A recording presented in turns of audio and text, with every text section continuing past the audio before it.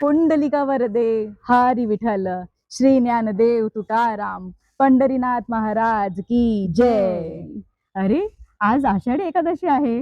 मग आपली तयारी तर झालीच आहे. हो, नमस्कार, मी मनीषा. नमस्कार, मी रेश्मा. भेट आमची तुमची मध्ये तुम्हा सर्वांचं स्वागत आहे. आज आम्ही आलो आहोत बोरवली गोराई नंबर 1 येथे अमय सोसायटीमध्ये. तर आज आपण आलो आहोत हरिभक्त परायण निवृत्ती गोविंद कदम यांना भेटण्यासाठी. त्यांनी अनेक वर्ष त्यांच्या प्रवचनातून आणि कीर्तनातून लोकांना सामाजिक बोध केले आहे. तर चला भेटूया. रामकृष्ण हरी माऊली. महाराष्ट्राच्या संत परंपरेचा पवित्र वारसा जपणाऱ्या आणि विठ्ठल नामाचा अखंड गजर करणाऱ्या एका प्रेरणादायी व्यक्तिमत्वाची आज आपण भेट घेणार आहोत. विठ्ठल रुक्माई हेच त्यांच्या जीवनाचे केंद्र. रामकृष्ण हरी आणि ज्ञानोबा तुकाराम या नामघोषातून ते मानवतेचा, समभावाचा आणि भक्तीचा संदेश समाजापर्यंत पोचवत आले आहेत. वडिलोपार्जित वारशातून लाभलेले वारकरी संप्रदायाचे बाळकडू आषाढी आणि कार्तिकी एकादशीचे विठ्ठल नाम, अखंड हरिनाम सप्ताहातील प्रवचने आणि कीर्तने या सर्व माध्यमातून त्यांनी महाराष्ट्राच्या संत परंपरेचे तत्वज्ञान जनमानसात रुजवले आहे. आणि या वर्षीच्या पवित्र आषाढी एकादशीच्या औचित्याने आज आपण भेटणार आहोत आदर्श प्रवचनकार आणि कीर्तनकार हरिभक्त परायण निवृत्ती महाराज गोविंद कदम यांना. तर चला भेटूया, आपण या पवित्र प्रवासाची सुरुवात करूया. नमस्कार बाबा. भेट आमची तुमची मध्ये आम्ही तुमचं स्वागत करतोय. तर आज आहे आषाढी एकादशी. तर त्या निमित्ताने आज आम्ही तुमच्याशी चर्चा करायला आलो आहोत. बऱ्याच लोकांना आषाढी एकादशी नक्की काय आहे, त्याच्यामध्ये काय केलं जातं याबद्दल बरंच माहिती नाहीये. तर असंच आपण थोडस चर्चा करणार आहोत. बाबा, आषाढी एकादशी म्हणजे वारी. वारी नेमकी काय आहे आणि वारी सुरू कोणी केली किंवा वारी सुरू कशी झाली? म्हणजे वारी जी ही संकल्पना आहे ही फार तशी आधी काळापासून आहे.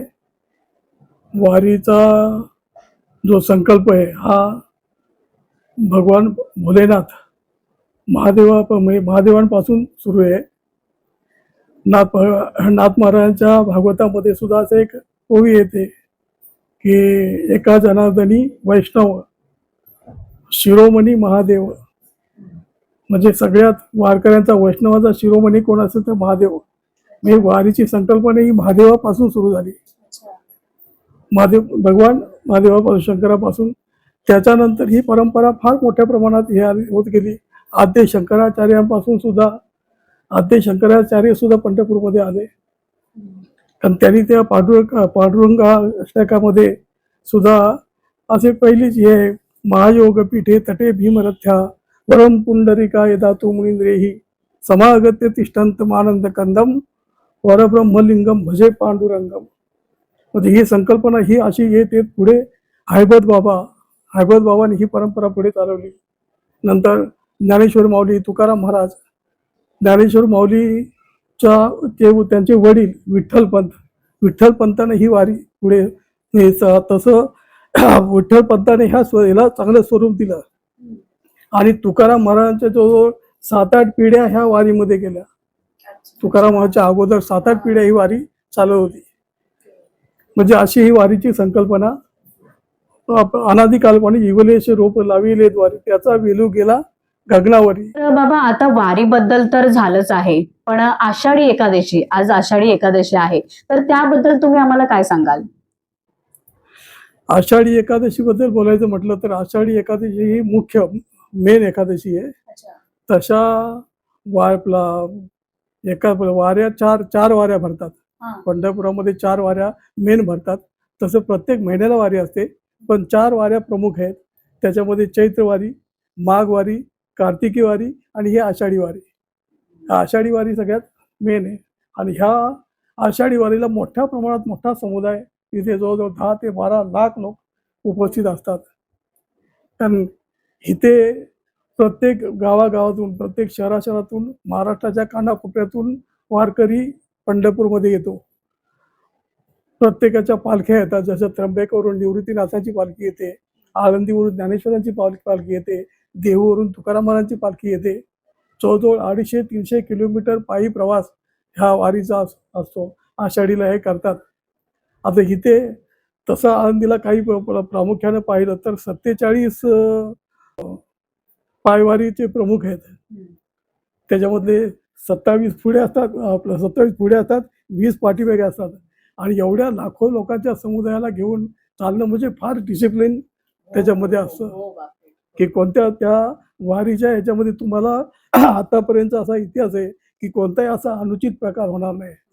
प्रत्येकाला वेळेवर जेवण मिळणार, प्रत्येकाला ते लोक आनंदाने बेभान होत ज्ञानोबा, माऊली, तुकाराम असं विठ्ठल विठ्ठल गात पंढरपूरकडे प्रत्येकाला पांडुरंगाची ओढ असते. मग असं हे वारीचं स्वरूप असतं. तर आषाढी कार्तिकी मेन आहे. आणि स्वतः भगवंत पण असे सांगतात की आषाढी कार्तिकी विसरू नका मज, सांग तसे गुज पांडुरंग. स्वतः भगवान सांगतात. आणि संत मांदियाळीमध्ये पण आपण बघतो की माऊली सुद्धा असे सांगतात, माझे मनीची आवडी पंढरपुरा नेईन गुढी.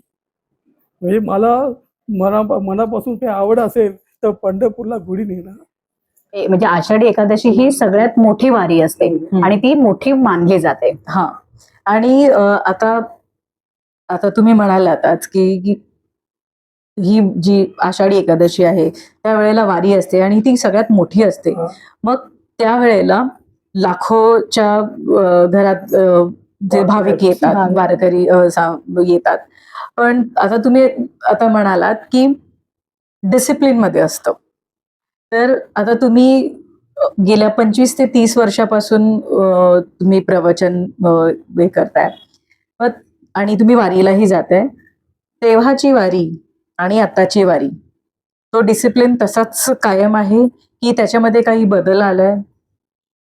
प्रत्येक वारीला लोकांची संख्या वाढत जाते, कारण त्याची लोकांचा बघण्याचा जो नजरिया आहे वारीकडे, हा एक वारी एक चांगलं स्वरूप आहे की जिथे आध्यात्मिक सामाजिक लोकांची उन्नती आहे. आणि खऱ्या अर्थानं ही आषाढी एकादशी किंवा कोणती एकादशी म्हटलं तर एकादशीचा अर्थच असा होतो एकादशीचा की एका दिशेला मन लावणं. म्हणजे ही जी 11 इंद्रिय आपली आहेत, 5 ज्ञानेंद्रिय आणि 5 कर्मेंद्रिय आणि 11वं मन, हे एका दिशेला देवाजवळ लावणं, ह्याचा अर्थ होतो एकादशी, एका दिशेला लावणं. पण त्याच्यामध्ये सुद्धा की जसं त्याच्यामध्ये आपलं जे काय मनाचा मळ असतो, अहंकार, हा निघून जातो. म्हणजे असं बघायला गेलं की कठीण आहे की आपलं मन एका ठिकाणी वळवायला, कारण की आजकालच्या धक्काधिक्कीच्या जगामध्ये हे खूप कठीणच आहे. तर मी गेल्या वर्षी कार्तिकी एकादशीला मी आळंदीला गेली होती आणि मी तिथे पाहिलं की खूप मोठे म्हणजे चांगल्या पदावर लोक असतात, तेही वारी करतात. गावाखेड्यातले पण वारी करतात, ग्रामीण चे पण करतात. आता तर एक नवीन गोष्ट बघायला मिळाली किंवा काही वर्षापासून कॉलेजचे जे मुलं असतात, यंगस्टर्स, तर ते पण येत आहेत. तर तुम्हाला याबद्दल काय सांगायचं? म्हणजे हे खूप आत्ताच्या पिढीसाठी हे खूप छान आहे का व खूप महत्वाचं आहे का वारी करणं?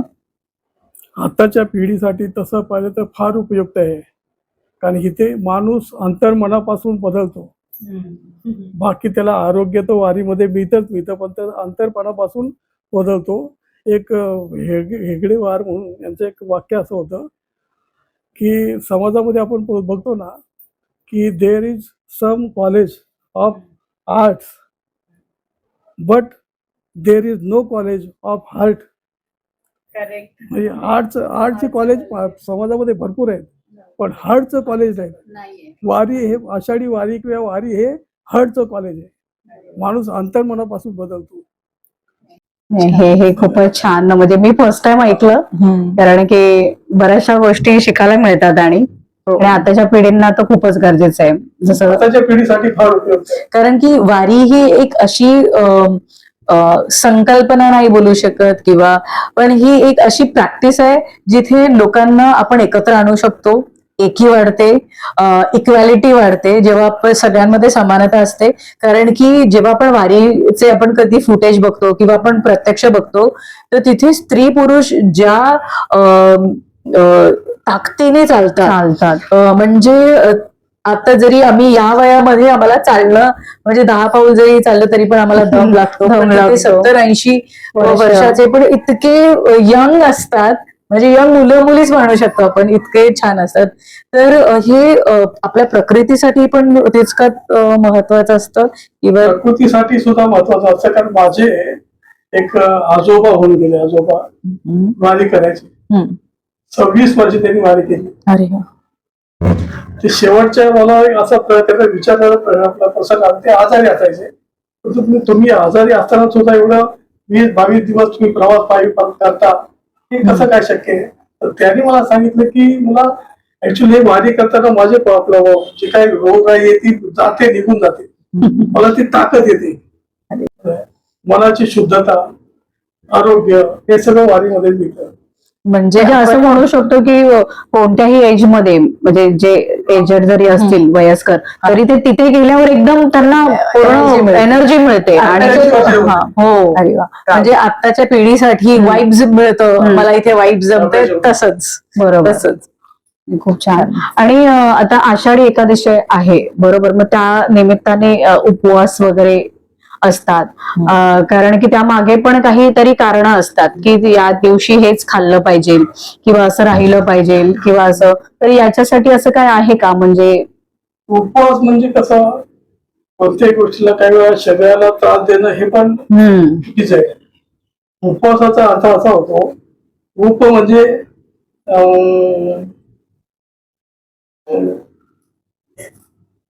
एखाद्या गोष्टीचा आपण जवळ झालो, म्हणजे त्याच्या जवळ वास करणं. उप म्हणजे जवळ, आणि वास म्हणजे राहणं. अच्छा, कोणाच्या देवाच्या जवळ राहणं, बरोबर. दिवसभर देवाच्या संकल्पमध्ये राहणं, याचा अर्थ होतो उपवास. बरोबर. म्हणजे आपण उपवास धरायचा आणि दिवसभर तुला खात बसायचं असं पण नाही. काही लिमिटेशन असतात. शरीराला सुद्धा, आरोग्यासाठी सुद्धा तो फार उपयोगाचा आहे. बरोबर. पण खरा अर्थ उपवासाचा असा होतो की उप म्हणजे जवळ आणि वास म्हणजे राहणं, जवळ राहणं, परमेश्वराच्या सानिध्यात सानिध्यात राहणं. ओके. हा उपवासाचा अर्थ आहे. मग हे अन्नाशी कसं जोडलं गेलं? अन्नाशी कसं, एक शारीरिक, समजा आपल्याला जर का आरोग्य व्यवस्थित पाहिजे असेल तर माणूस प्रत्येक पोट खाली पाहिजे, शरीराला पण आराम पाहिजे. हो, शरीराला आराम मिळाला तर शरीर सुदृढ राहील. बरोबर, अगदी बरोबर. पण खरा अर्थ हा अशा प्रकारचा आहे. आणि मी असं ऐकलंय की वारकरी संप्रदायामध्ये असा काही मूल मंत्र वगैरे आहे का? असं वारकरी संप्रदायाचा मूल मंत्र रामकृष्ण आहे. उघडा मंत्र आहे. ओके. रामकृष्ण आहे. तुमच्या नामाच्या साधनेमध्ये एवढी ताकद आहे, हे जर का आपण श्रद्धेनं केला तर परमेश्वर स्वतः आपल्याकडे, आपण परमेश्वराकडे जाण्यापेक्षा परमेश्वर स्वतः आपल्याकडे येऊ शकतो, एवढी ताकद या मंत्रामध्ये. श्रद्धेनं करणं गरजेचं आहे. आणि मग तुम्ही आज किती वर्ष असं तुम्ही वारी वगैरे करता? असं माझी मिसेस आणि मी जवळजवळ गेली आता 18 वर्ष वारी करतोय. वारी नाही, पंढरपूरची वारी, अच्छा. कार्तिकी वारी. कार्तिकी वारी. मी तसा कार्तिक वारी करतो. अच्छा. कार्तिक वारीमध्ये मिसेस आणि आम्ही बरोबर जवळजवळ माळ घेतलेला मला 15 वर्ष झाली. अच्छा. 15 वर्षानंतर माझे गुरुवारी हरचंद्र बाबा यांच्या सानिध्यातून, त्यांच्या कृपा आशीर्वादाने माळ घेतली आणि प्रवचन असं सुरू केली, प्रवचन सुरू केली, कीर्तन पण सुरू केली. या प्रवचन कीर्तनाच्या माध्यमातून एक समाज प्रबोधन, लोकांनी वाईट मार्गाला जाऊ नये, व्यसन छंद करू नये, बरोबर. आई वडिलांना सांभाळावं, हे सगळं लोकांचं म्हणजे समाज प्रबोधनाचं काम. बरोबर. म्हणजे तुमच्या कीर्तनातून आणि तुमच्या प्रवचनातून हेच तुम्ही लोकांपर्यंत पोहोचवता की आई वडिलांची सेवा म्हणजे सगळ्यात सगळ्यात मोठी श्रेष्ठ सेवा. सेवा, की ते जर तुम्ही केलं तर मला असं वाटतं आयुष्यात तुम्हाला कधीच कुठल्या गोष्टीची जी वारी आपण पाहतोय, जी वारी आज सेलिब्रेट करतोय, ही वारी ज्यांच्यामुळं आपल्याला पाहायला मिळते ते भक्त पुंडलिक. त्यांनी आई वडिलांची सेवा केली म्हणून द्वारकेचा विठ्ठल पांडुरंग त्यांच्या भेटीला आला. तर असं आपण आषाढी एकादशी बद्दल बोललो, परत उपवासाबद्दल बोललो, तर आषाढी एकादशीला प्रत्येक घरामध्ये वेगवेगळे फराळ बनवले जातात आणि काही ना काही असं स्पेशल असतंच. तर आज तुम्ही 18 वर्ष एकत्र वारी करताय आणि 18 वर्ष झाली आज तुम्ही, म्हणजे 18 वर्षच नाही, पहिल्यापासूनच आषाढी एकादशीचे उपवास धरता. तर तुम्ही मला सांगाल का बाबांचा आवडता पदार्थ कोणता आहे? त्यांचा आवडता पदार्थ म्हणजे भाकरी त्यांना खूप आवडतात. कसली? याची राजगिऱ्याची भाकरी, अच्छा. परत वरीची भाकरी, हा साबुदाणा खिचडी, हा. हे असे त्यांना पदार्थ आवडतात. बाकी दुसरं काय नाही. बटाट्याची भाजी, अच्छा. दही. हा हा. मग ते तुम्हाला काय पाहिजे तर सांगू शकतात ना, अच्छा. तुम्हाला काय आवडतं काय नाही ते. आणि मग तुम्ही आषाढी एकादशीला जेव्हा उपवास असतात घरी, तर मग तेव्हा तुम्ही काय बनवता स्पेशल? असं भाकरीच बनवते, राजगिऱ्याची, वरीची खिचडी, वरीची भगर, छान. असं बनवते. मग तुम्ही आज आमच्यासाठी काय बनवणार आहे? तुमच्यासाठी मी बनवील वरीची भाकरी बनवी अरे वा. आणि बटाट्याची भाजी बनवी. अरे वा. म्हणजे आपण ज्वारीचे खातो, हा.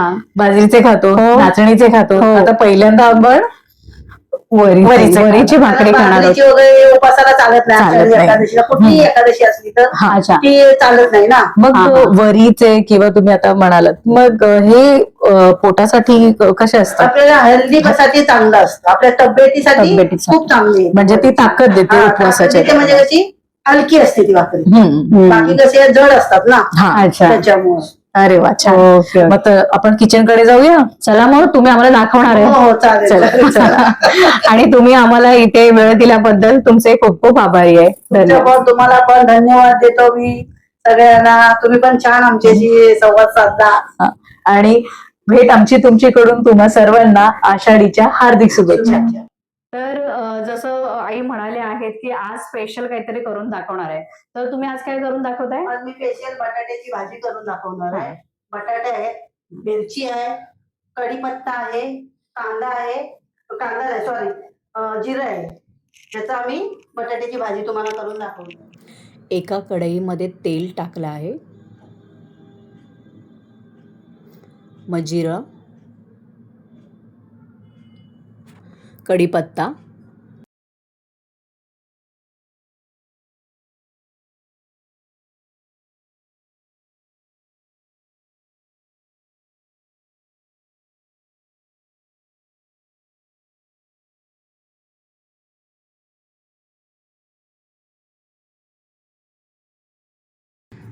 ह्या तेलात मिरची कापून टाकायची आहे.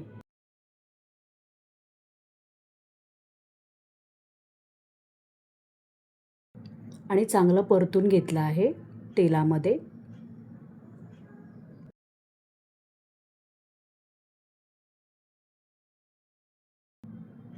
आता उकडलेल्या बटाट्यांचे काप त्यात टाकायचे.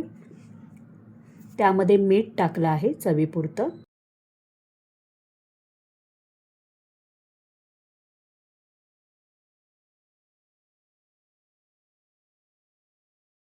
आणि ह्याला झाकण लावून ठेवायचं आहे 2 मिनटं आणि वाफ येऊन द्यायची.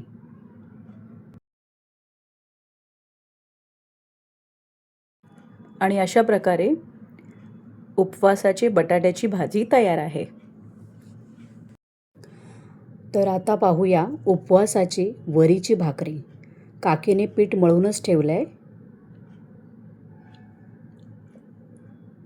तर मग त्याचा गोळा घेऊन छान अशा थापत आहेत भाकरी.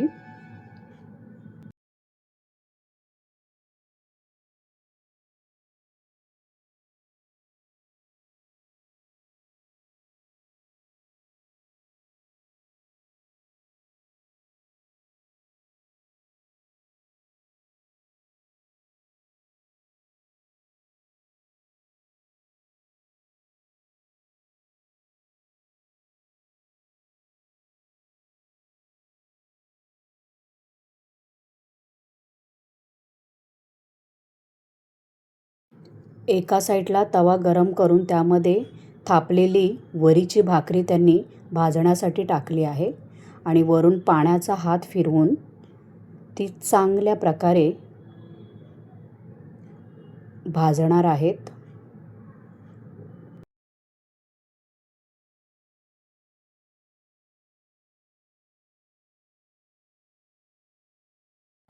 भाकरी एका साईडने शेकली, आता दुसऱ्या साईडने पलटी मारून शेकून घेऊया.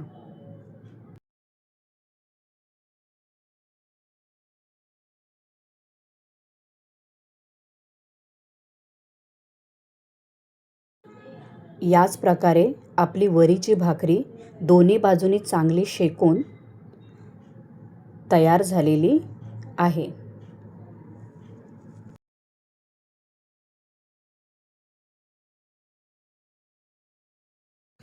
आता पाहूया उपवासाची खोबऱ्याची चटणी. एका कढईमध्ये तेल टाकलं आहे.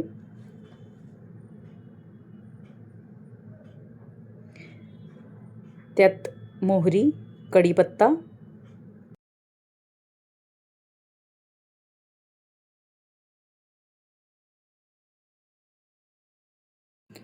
या फोडणीत ओलं खोबरं, मिरची आणि कोथिंबीरचं वाटण ह्यात ॲड केलं आहे. आपली उपासाची चटणी, भाजी आणि भाकरी फराळ तयार आहे. उपवासाच्या फराळासोबत आम्ही भजनाचाही आनंद घेतला. जय जय राम कृष्ण हरी.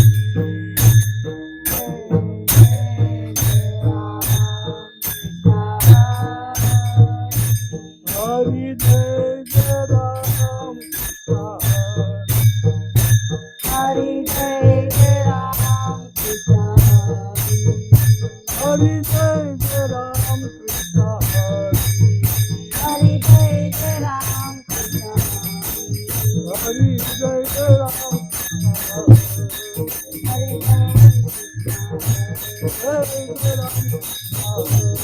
जय राम राम कृष्ण हरी जय जय राम जय राम कृष्ण हरी जय जय राम जय राम कृष्ण हरी जय जय राम जय जय राम